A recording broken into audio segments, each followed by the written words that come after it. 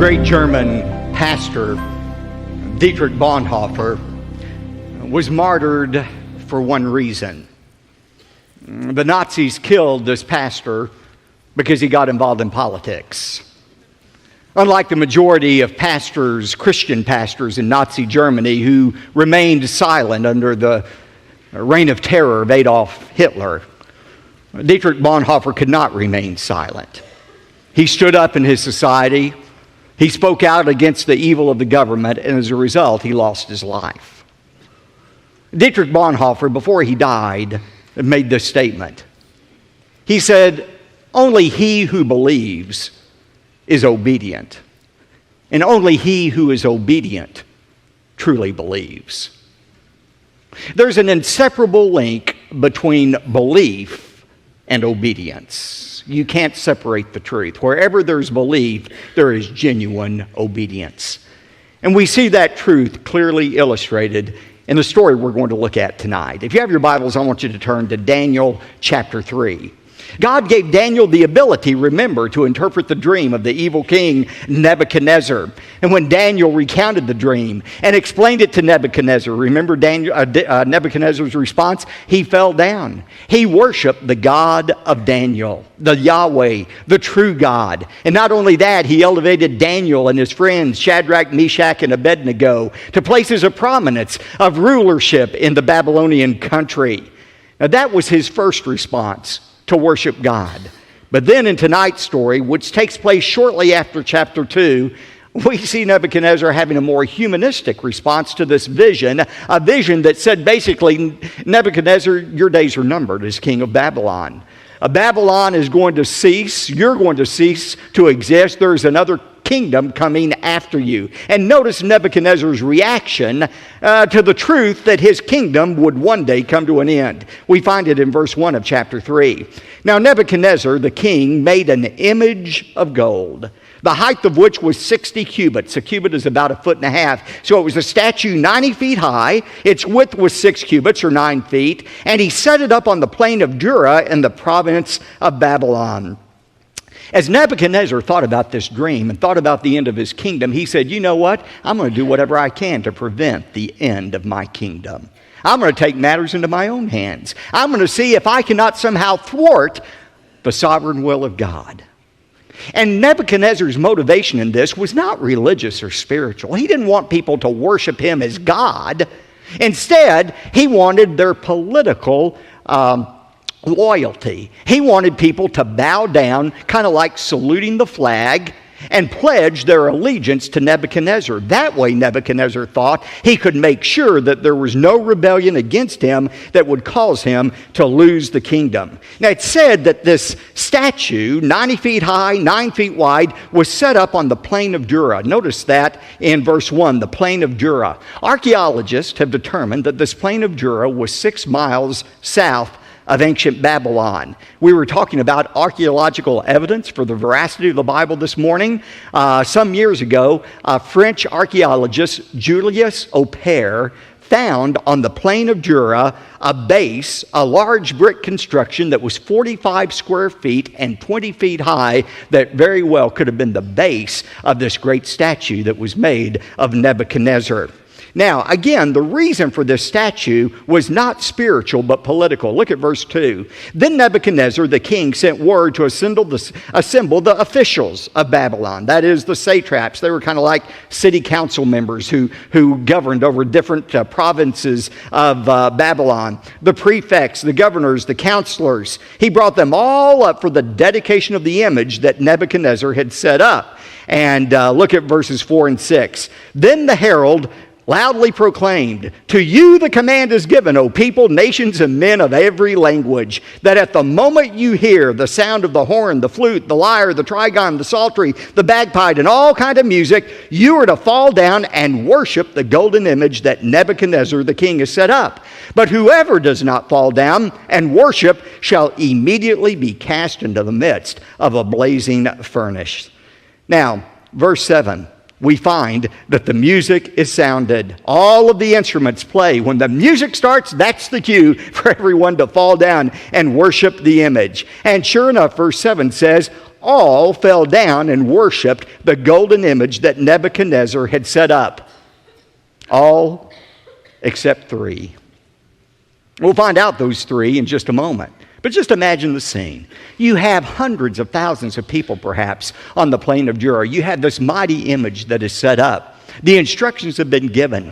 The music plays. Everybody immediately bows down. Only 3 people remain standing. Can't you hear the people who are bowed down looking up saying, psst, psst, down, down, down?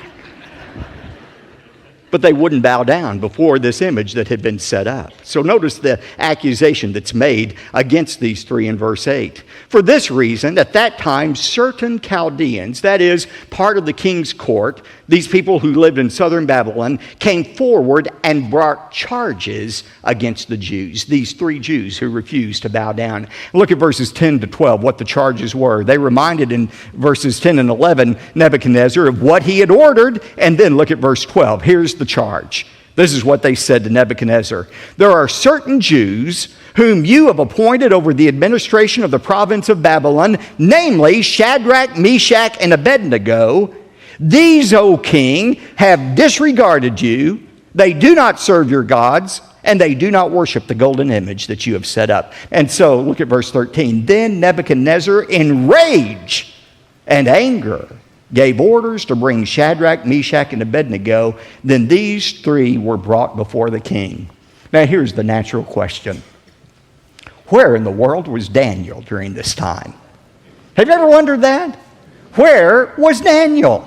After all, he's the one who had these guys promoted. He's the one who led them to obey God and not Nebuchadnezzar. Where was Daniel? This week as I was preparing the message, I read all kind of explanations about where Daniel was. Some people say, well, Daniel was now such a high-ranking official that for political reasons, he went ahead and bowed down before the image of Nebuchadnezzar. To him, it was no big deal. It was political and not spiritual. Now, that doesn't make any sense, especially given Daniel chapter 1 and how he wouldn't even eat the king's food. Another explanation is, well, maybe Daniel was ill on this particular day. Now, if I were choosing a day to call in sick to the office, this certainly would have been it. But I'm not sure that's a likely explanation. Some people say, well, maybe the king had dispatched him on a foreign trip as an emissary for the king to a foreign land. That's a possibility. We don't know. That's the bottom line, where Daniel was.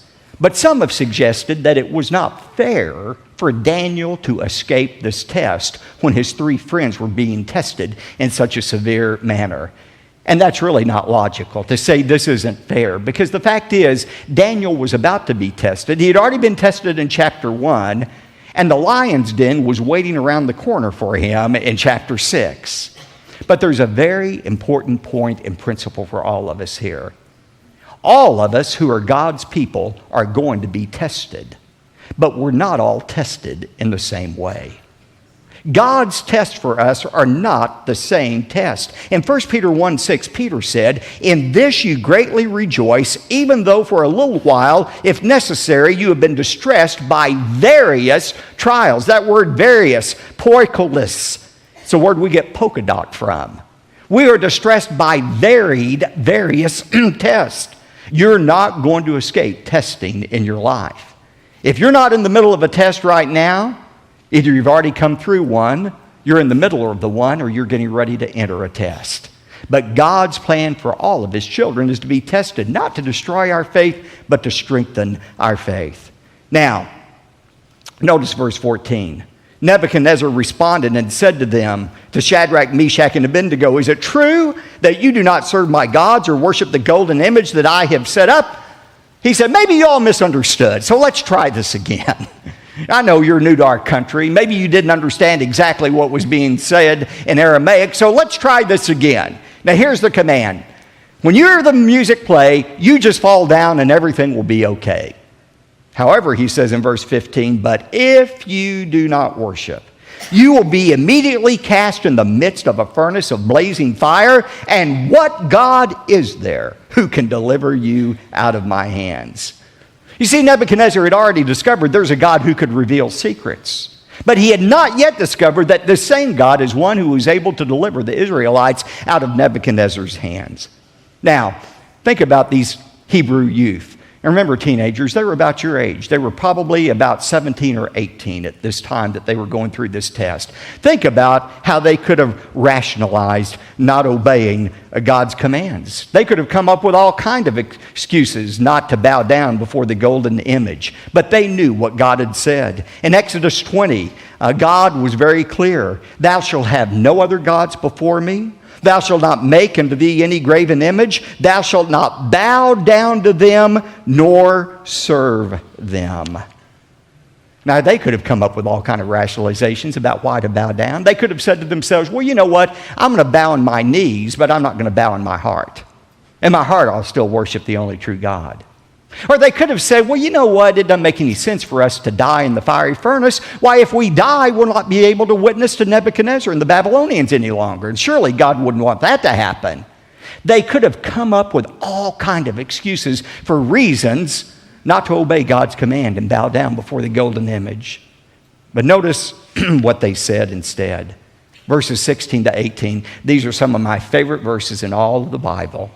Look at what they said to Nebuchadnezzar. They said in verse 16, "O Nebuchadnezzar, we don't even need to give you an answer concerning this matter. If it be so, our God whom we serve is able to deliver us from the furnace of blazing fire, and he will deliver us out of your hand, O king."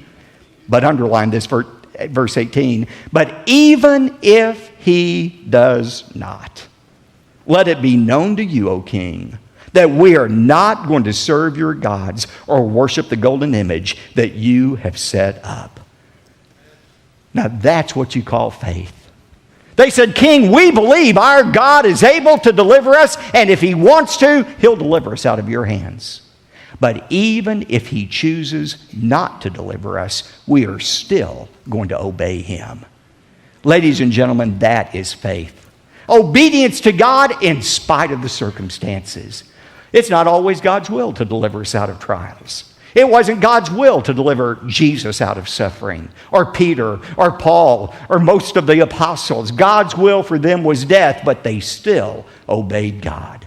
This is the perfect demonstration of what true faith is, obeying God regardless of what he does. Now look at verse 19, the execution of the sentence. "Then Nebuchadnezzar was filled with wrath, and his facial expression was altered toward Shadrach, Meshach, and Abednego." His face was just contorted. He was so angry. And he answered by giving orders to heat the furnace 7 times more than it was usually heated. The Aramaic here means Nebuchadnezzar was as angry as he could have been under the circumstances. And his anger, like anger always does, caused him to do something very irrational. You know, when you're angry, you are literally out of your mind. And that's what Nebuchadnezzar was, because he does a very irrational thing. He says, "I want that furnace heated up 7 times the normal heat." Now think about it. If he was really angry, as he was with these 3 men, he wouldn't want the temperature raised. He'd let it stay at the normal temperature so that they would suffer as long as possible in that furnace instead of being consumed immediately by it being 7 times hotter than it usually was. But Nebuchadnezzar wasn't rational. One commentator said Nebuchadnezzar's furnace was hot, but he himself got hotter. And when a man gets full of fury, he gets full of folly. Great words. Look at verse 21. "Then these 3 men were tied up in their trousers, their coats, their caps, and their other clothes, and they were cast in the midst of the furnace of blazing fire. For this reason, because of the king's command was urgent and the furnace had been made extremely hot, the flame of the fire slew those men who carried up Shadrach, Meshach, and Abednego. But these 3 men, Shadrach, Meshach, and Abednego, fell into the midst of the furnace of blazing fire, still tied up." Now look at God's miraculous delivery in verse 24. "Then Nebuchadnezzar the king was astounded, and he stood up." Now apparently they had placed a chair for Nebuchadnezzar to sit in once the furnace door had been shut, and he was able to look in to see these 3 men. And when he looked into that blazing fire, he was so astounded by what he saw, he immediately stood up. And he said to his high officials, "Was it not 3 men we bound into the midst of the fire?" They replied to him, "Certainly, O king." Verse 25, he said, "Look, I see men loosed, 4 of them, walking about in the midst of the fire without harm, and the appearance of the 4th is like a son of the gods."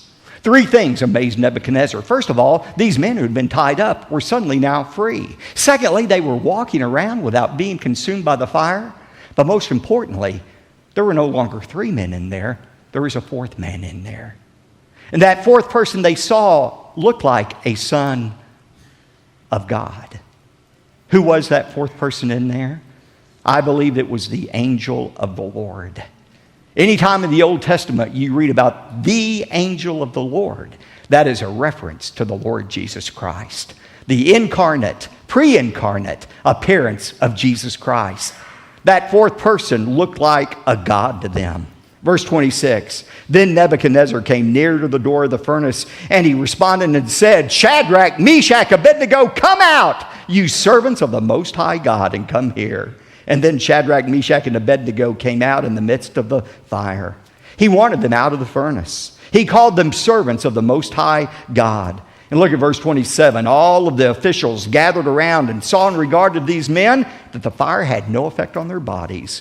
Not even a hair of their head had been singed, nor were their trousers damaged, nor had the smell of fire even come upon them. They didn't even reek of smoke after being in that furnace. In verse 28, look at Nebuchadnezzar's response. He said, "Blessed be the God of Shadrach, Meshach, and Abednego, who has sent his angel and delivered his servants who put their trust in him, violating the king's command. And he yielded up their bodies so that not to serve or worship any god except their own God." Now, as we'll see in a moment, this was not, and we'll see this more next time, this was not a conversion experience for Nebuchadnezzar. That would come in chapter 4. Nevertheless, there was still a command here that was given in verse 29. Nebuchadnezzar says, "Therefore I make a decree that any people, nation, or tongue that speaks anything offensive about the God of Shadrach, Meshach, and Abednego shall be torn limb from limb, and their houses reduced to rubbish heap, inasmuch as there is no other God who is able to deliver in this way." Now notice, Nebuchadnezzar did not denounce all other gods. He simply recognized that the God of these 3 Hebrew youth was a legitimate God, and in fact, he was a superior God to any other God he knew of, because this was a God that was able to deliver these Hebrews out of Nebuchadnezzar's hands. Now, as impressive as a comment that is, God is not impressed by it. See, God is not content to be named among other gods. God is not impressed when we say, "Oh, I believe in the God of heaven, the God of the Bible, but I believe in other gods as well." I'm saying this often right now as I go around our country. What we call plurality in our country, the worship of many gods, what we celebrate as tolerance and plurality, God has another name for. It's idolatry. The First Amendment of our Constitution has not replaced the first commandment of God. God said, "You shall have no other gods before me." God commands our exclusive worship. He has no tolerance for any false gods or any false idols. And by the way, a false idol, a false god doesn't have to be a wooden statue. As I heard my friend David Jeremiah say today, we have American idols as well. Those American idols sometimes are money. We bow down before money. We worship money. Sometimes it's pleasure, entertainment. Sometimes it's sports. Sometimes it's scholastic achievements. But God is a jealous God. He said, "You worship me exclusively." That's the kind of worship our God demands. Now, why is this story important? It's important for 3 significant reasons. First of all, this story sets the stage for Nebuchadnezzar's conversion in the most dramatic way we're going to see next time. But secondly, this story foreshadows God's protection of Israel. Just as God protected Shadrach, Meshach, and Abednego from the fiery furnace, so God would supernaturally protect Israel during these 70 years of captivity in Babylon. And God will continue to protect his people until the end of time. I was in New York this past week. I was there Wednesday for the most holy day of the Jewish calendar, Yom Kippur. And I was with some Jews. It was interesting to see how they worshiped on Yom Kippur. But at that very same day of Yom Kippur, the holiest day on the Jewish calendar, on that very day, there in New York, was Iranian President Ahmadinejad. And there he was in the UN, breathing threats against Israel. Monday of that week in New York, he said, Israel will be eliminated from the face of the earth. Now, I'm going to make to you a prophecy that I promise will come true. This is an absolute 100% prophecy that will come true. President Ahmadinejad will be eliminated before Israel is eliminated. You can rest assured, because Israel is God's nation, and Israel has the promise of God's protection. God protected them for 70 years during that Babylonian captivity, and he will protect them until the end of time. But the third truth that you see in the passage is this. This passage reminds us of the importance of unconditional faith and obedience. Remember, true faith is not believing God is going to do what we want him to do. True faith is the resolve to obey God in spite of the circumstances. It's the faith that Job expressed when he said, though he slay me, yet will I trust in him. Only he who is obedient believes, and only he who believes is truly obedient.